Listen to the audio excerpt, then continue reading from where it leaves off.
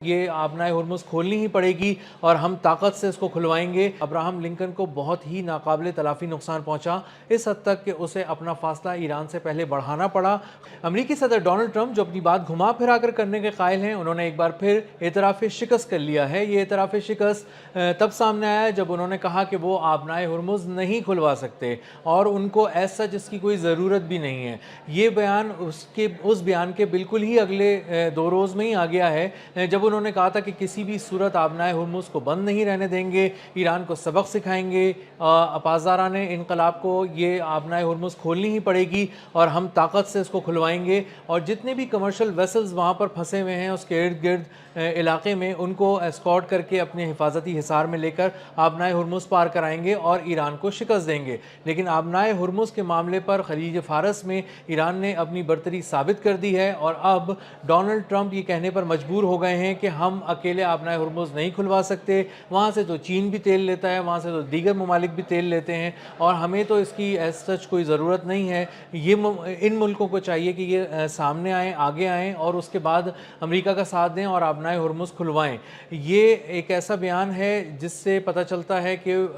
Donald Trump न सिर्फ अपनी शिकस्त का एतराफ़ कर रहे हैं, क्योंकि जो इत्तेहादी ममालिक हैं जैसे जापान है, जैसे साउथ कोरिया है, फ्रांस है, बरतानिया है, ऑस्ट्रेलिया है, इन ममालिक ने या तो हिचकिचाहट का मुजाहरा किया अपनी फ़ौजें भिजवाने से या फिर उन्होंने ये कह दिया साफ अल्फाज में कि हम आपका यहाँ पर साथ नहीं दे सकते। और ये एक तरह से इस बात का ऐलान है कि उन्हें डोनाल्ड ट्रंप पे और अमेरिका की ताकत पर अब यकीन नहीं रहा और उन्हें अंदाज़ा हो गया कि ईरान जो है, जिसको तरने वाला समझा जा रहा था, जिसकी चौखट पर एक पूरी सुपर पावर, दिफाई सुपर पावर जो है वो अब जंग लेकर चली गई थी, वो अब उसमें कामयाब नहीं हो पा रही और अब पीछे हटने की कोशिश कर रही है और फेस सेविंग के लिए अब बहुत सारे मुल्कों को अब बीच में शामिल करने की कोशिश की जा रही है ताकि बहुत सी फ़ौजें इन्वॉल्व हो जाएं और एक दुनिया में एक आवाज़ ऐसी बने कि हाँ, पूरी दुनिया यहाँ पर आ गई है और चूँकि पूरी दुनिया आबनाए हुर्मुज़ को खुलवाने के लिए आ गई है, इसलिए जो अमेरिका जो है उनका साथ दे रहा है और अब अमेरिका उन्हीं के साथ पीछे भी हट रहा है, उन्हीं के साथ आगे भी जा रहा है। इससे पहले क्रिस राइट जो वज़ीर तवानाई अमेरिका के हैं, उन्होंने डोनाल्ड ट्रंप के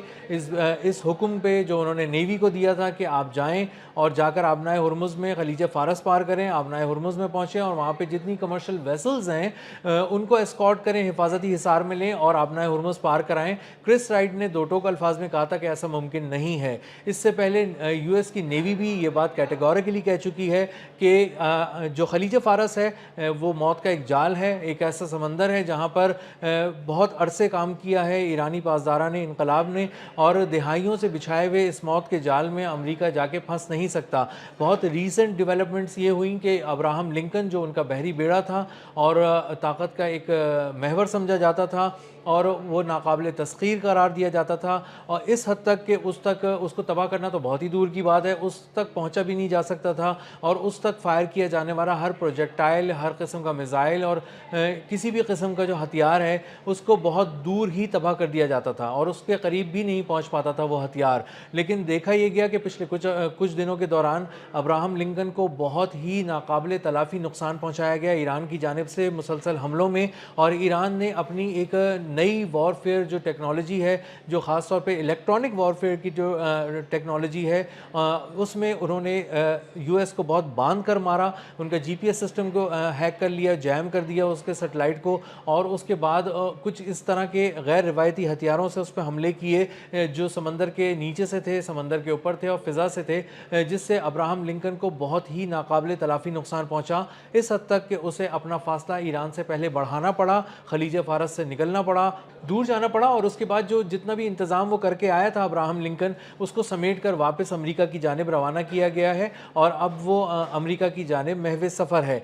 अमरीकी नेवी ने ईरानी पासदारान इनकलाब के उस मॉडल को भी बहुत ही डीपली स्टडी किया है, बहुत ही बारीक बीनी से उसका जायज़ा लिया है, जिस मॉडल के तहत उसने आबनाए हुर्मुज़ को नाकाबिले तस्खीर बना दिया है, वहाँ तक पहुँचना नामुमकिन बना दिया है और इस हद तक नामुमकिन बना दिया गया है कि जो दुनिया की एक पावर थी जिसको सब सलाम करते थे, उसकी बहरिया ने इनकार कर दिया कि वो उन पानियों में जा ही नहीं सकते। वहाँ पर ईरानी पासदारान इनकलाब ने एक ऐसा जाल बिछाया जिसमें वो फंस जाएंगे। ये जाल दरअसल कुछ ऐसी बारूदी सुरंगें हैं, इसके अलावा कुछ जैमिंग सिस्टम है, कुछ सेटेलाइट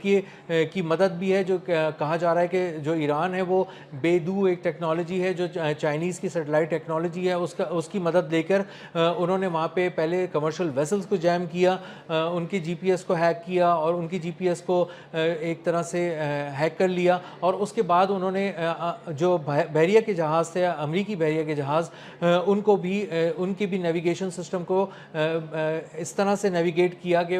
परेशान कर दिया और उनको जैम कर दिया, जिसकी वजह से उन्हें अंदाज़ा ये हुआ कि वो आबनाए हुर्मुज़ के करीब एक तरह से उनके बहरी जो जहाज़ थे वो अंधे हो गए अमरीकी, और उनको नहीं समझ में आया कि वो नेविगेट किस डायरेक्शन में करेंगे। इस छोटी सी एक जो रिहर्सल थी, इस छोटे से एक मॉक सेशन को जो उन्होंने किया अपने लिए, बल्कि उसको प्रैक्टिकल करके दिखा दिया मॉक सेशन के बाद, उससे अंदाज़ा ये हुआ अमरीकी बहरिया को कि हमारे बड़े बहरी बेड़े जो आने वाले हैं उनके लिए क्या तैयारी करके रखी होगी ईरान ने, अगर वो हमारे वॉरशिप्स के साथ इस तरह से कर रहे हैं। तो अंदाज़ा ये हुआ कि आबनाए हुर्मुज़ के करीब ना जाया जाए, और ये यूएस की नेवी ने एक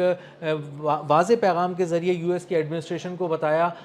यूएस की एडमिनिस्ट्रेशन ने इस बात को एक्सेप्ट किया, लेकिन डोनाल्ड ट्रंप ये मानने को तैयार नहीं थे कि वो किसी तरह से हार मानेंगे खलीज फ़ारस के पानियों में। और वो ये सोच रहे थे कि हम तो यहाँ पर आए थे ये सोचकर कि हम ईरान को बहुत ही आसानी से दबोच लेंगे, ये एक सिनेमैटिक वॉर होगी, एक बहुत ही अच्छे से वॉर रूम में बैठ के, ठंडे कमरे में बैठ के कॉफ़ी इंजॉय करते हुए देखेंगे वो कि किस तरह ईरान पे कब्ज़ा कर लिया गया और उनकी फ़ौजें जिस तरह वेनेजुएला में उतरी और उनके सदर निकोलस मदुरो को उठाकर ले गई। इसी तरह के शायद रिजीम चेंज अचानक ईरान में कर दिया जाएगा, लेकिन उसका अशर अशीर भी वहाँ पे एग्जीक्यूट नहीं किया जा सका, और वो पूरी फ़ौजी हिकमत अमली जिसके साथ अमेरिका यहाँ पर आया था, हमलावर हुआ था ईरान पे, वो पता चला कि ये तो बिल्कुल ही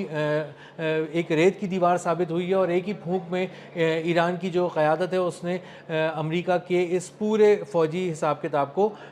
उड़ा के रख दिया है। तो अब ईरान के ख़िलाफ़ जंग में अमेरिका तनहा हो चुका है। पूरी दुनिया में जो उसके इत्तेहादी थे वो उसका साथ छोड़ चुके हैं। जो बड़े ममालिक थे, जो समझदार ममालिक थे, जो फ़हम रखते थे इस सारी जंग का, उनको अंदाज़ा है कि अमेरिका इस जंग में बग़ैर किसी प्लानिंग के कूदा है। अब उसको कोई फेस सेविंग नहीं मिल रही, कोई एक ऐसा पैसेज नहीं मिल रहा जिसको एग्ज़िट का रास्ता कह सकें। और अब डोनाल्ड ट्रंप फंस चुके हैं, और एक फंसे हुए इंसान को और डूबते हुए आदमी को बचाने से बहुत बेहतर है कि वो अपने आप को पीछे रखें और अपना जो इमेज है उसको और उस अपनी साख को किसी तरह से बचा लें। तो अब डोनाल्ड ट्रंप जो हैं वो कैटेगोरिकली ये कहकर कि आबनाए हुर्मुज़ खुलवा देंगे और ये चंद मिनटों की बात है और सबको उड़ा देंगे जो उस रास्ते में आएगा, कहकर फंस चुके हैं। और अब ये उनकी तरफ से इतराफ़ शिकस्त आ रहा है सामने कि वो आबनाए हुर्मुज़ नहीं खुलवा सकते, और जिसको तेल लेना है, जिसको तेल गुजारना है अपना, वो खुद ही उसका इंतज़ाम करे, चीन इंतज़ाम करे, कोई और मुल्क इंतज़ाम करे। अब ये अमेरिका की ज़िम्मेदारी नहीं है कि वो आबनाए हुर्मुज़ खुलवाए।